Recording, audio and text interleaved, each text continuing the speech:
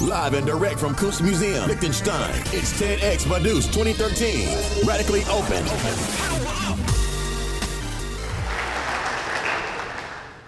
Hi. So I'm a designer and researcher, and for the last couple of years I've been working on economic and financial structures. And today I want to share some thoughts with you on what I call geographies of avoidance. So the thing is, what I'm interested in is that, of course, economical experts, they always confront us with finance as a very abstract and difficult field, and they bring in the metaphor of water, like things that relate to in terms of language. So we hear the market has frozen, the market evaporated, dark pools, ripples, flows of capital. And it would make it seem like finance is something so abstract that we cannot grasp and we should leave it over to the experts. But I'm interested in how actually finance carves out a kind of new geography, kind of in our spatial organization. And so in my work, I tried to make finance tangible. I think this is an interesting quote because it shows that money, capital can have a kind of effect on our real world, but in a very invisible way. So this quote is kind of inspiring me to work and make it visible. And today I want to shortly go through 3 different projects that relate to the offshore world. The offshore world is a complex architecture of places, legislation, that provide banks, wealthy individuals, and companies routes and tools to basically escape financial regulation in their own jurisdiction. And as you can see already in language, there's so much ambiguity around this world, even in language. But I want to show you some efforts that I did in trying to make it tangible. And we start with this plant. This plant was a very important material in offshore finance. This plant that occurred on islands in South Asia, it produces natural rubber, and it was very important for the construction of telegraph lines around the world during the British Empire. Here you can see some of these lines.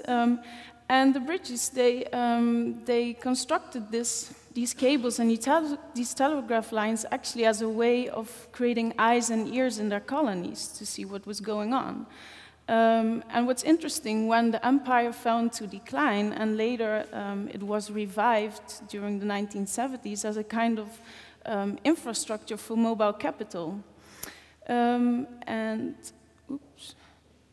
And so what's interesting is that the jurisdictions that we consider now as the sort of hardcore tax havens, they're actually the old colonies of the British Empire. They used these kind of islands as administrative outposts that were far away from the sort of focus, the visible identity of the empire. And in the islands, these kind of tax havens actually established since the 1970s. And what's to me kind of interesting is the materiality of this network. So here on the left, we see an old telegraph cable made with this natural rubber, gutta percha. And it functions as the sort of muscle of the sort of global economy. Today, this natural rubber is used by dentists to fill up your root if one is removed. And what I think is kind of interesting is that, perhaps, I don't know if it's a coincidence, but Liechtenstein supposedly is the biggest biggest exporter of false teeth, but it's also a tax haven. It's an interesting link. And in relation with the tax havens that I showed before, or I talked about before, these Caribbean islands, actually wealthy OECD countries, like we see here, are also very important in rerouting capital. So I'm myself from the Netherlands, and Netherlands is also very important pass-through haven for capital. So in 2010, I was asked to do an artist in residency in the financial district in Amsterdam. And they had this vision of, in 2035, what this financial district should look like. It should be a kind of very alive place with a lot of families. But of course, today it's just a financial district that's completely died out after 6, because it's only banks and companies working there. And so I thought, like, they asked me if I could sort of reflect on this vision, and the idea for me that this community would be responsible for developing this area in the future. I thought, like, but who is that in this community that is responsible for this? So I would start asking very naive questions. So who are these companies located here? And they said, well, we cannot really say. And I said, but is there not a list or something like this? And they said, well, if there would be a list, we would not give it to you. So I thought, okay, then I'll make the list myself. And I started looking in Chamber of Commerce registers, and I thought, oh, but I see here that these are actually my neighbors. So you have all the big shiny towers, but these companies are actually located there. And from this list, the list became so long that I actually made a book, which is more than 1,000 pages. And it very simple indexes all the companies per street, per house address. So each page represents one house address. So on the right page, you see that on this address, there's only one company. On the left, a bit more. But there were also addresses where there were more than thousands and thousands of companies. And of course, these are mailbox companies. They don't have a real substance, as they call it. They don't really participate in a kind of local environment. And I started to dive more and more into this role of the Netherlands in this offshore finance. And I found that these mailbox companies had names like this, or maybe even more abstract like this. Names that would never be used, but they only exist on paper. And then I also found that the Dutch government is actually promoting the Netherlands abroad by the supermodel Duitse cruise and by the favorable fiscal climate. So these are the main 2 export products right now. And it's also interesting because the trust companies, it's the companies that basically host these mailbox companies, they also advise companies outside who are maybe thinking of investing in the Netherlands or starting a company, that it's not really smart to start a company because in the Netherlands it's difficult to fire your employees. And the social security rates are also very high.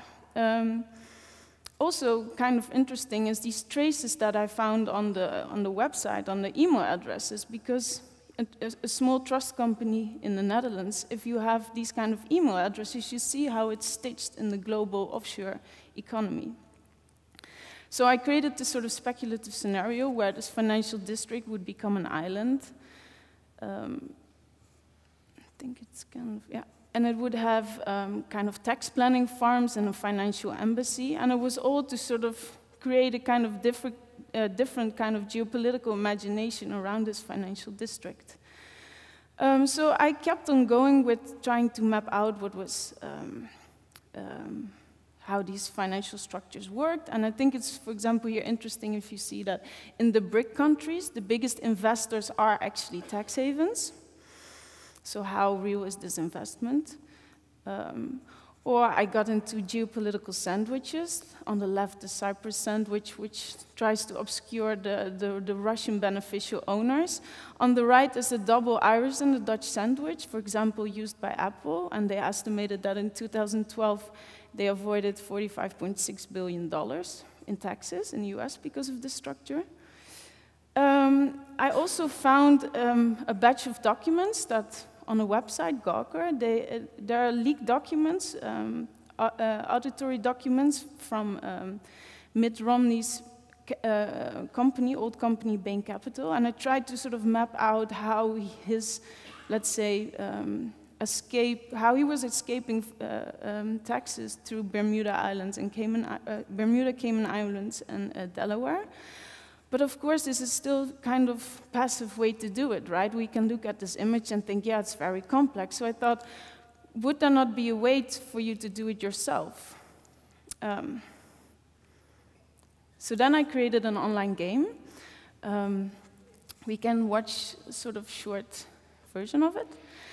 This game is based on realistic data, tax treaties around the world, and the game goes that you choose a company, and you're asked to avoid as much taxes as possible for this company. So you start in the company where the headquarters is, and then through exploring the map and other tax treaties in other countries around the world, you're basically asked to bring the tax bill down for this company. You can look at some images. Well, here, all the data that you see here, it's based on realistic data. So I was interested in how can we kind of shadow what all these fiscal lawyers are advising. And of course, this is a beta version, and it's a simplification. But I thought it would be interesting for the player to be in the shoes of this multinational and to try to understand what does it mean to avoid taxes. I think we can go back. Okay, and if when players finish the game, their route is uploaded as a PDF to the database. So each player actually, by playing, also contributes to sort of crowdsourced research on the possible routes that are there. Yeah, and I thought what's interesting also, if you, from the research that I did for this game, Taxodus, is that you see how countries are actually in sort of fiscal warfare with each other. Like they're all competing with each other to, to have investment, and they brand themselves through zero taxes or very aggressive kind of tax policies. For example, if you invest here as a company, the first 10 years you don't have to pay taxes. But then I found out that, is this nation state actually that rigid? Is it actually that static? There's an example of one of the co-founders of Facebook. He was born as a Brazilian. In 1998, he took the citizenship of the US. And then just before Facebook went to the stock exchange and his value as one of the co-founders would go up, he denounced American citizenship and became a citizen of Singapore. So the idea that citizenship is something given, something static, that's actually not true. Also, if we see these small islands that trying to create connection with the global economy, you actually see that you can buy citizenship. So sometimes you have to make an investment in real estate, but sometimes you can also make a donation to the government, and this gives you a second passport. So what this means is that actually you split up your legal and financial body, right? So maybe in that country I have my tax domicile, in another country I store my data, in another country I have my bank account.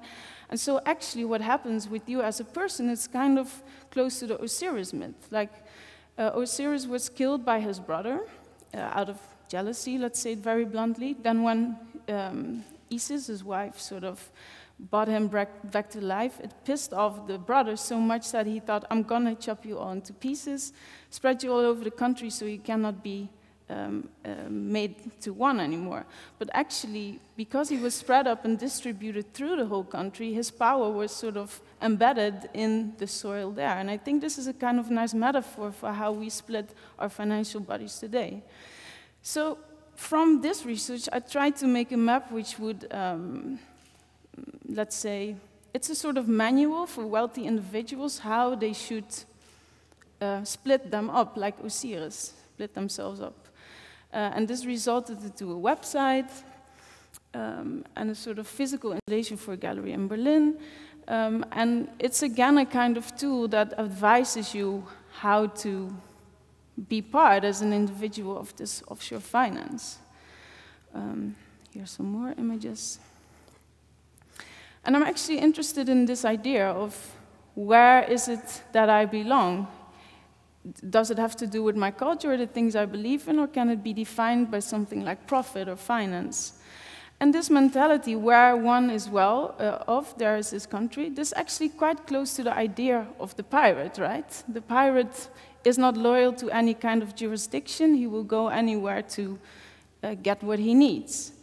And this, I think, is an interesting idea that somehow the sea in our sort of geopolitical imagination always has this idea of freedom, right? So it's the free sea, It's free trade, free competition, but also free exploitation. And actually, this idea, I think it's still very present. I think a few days ago it was on the news again that an old idea from the 90s, the Freedom Ship, which is a kind of boat where 50,000 people can live on, and it has a kind of tax haven on its own.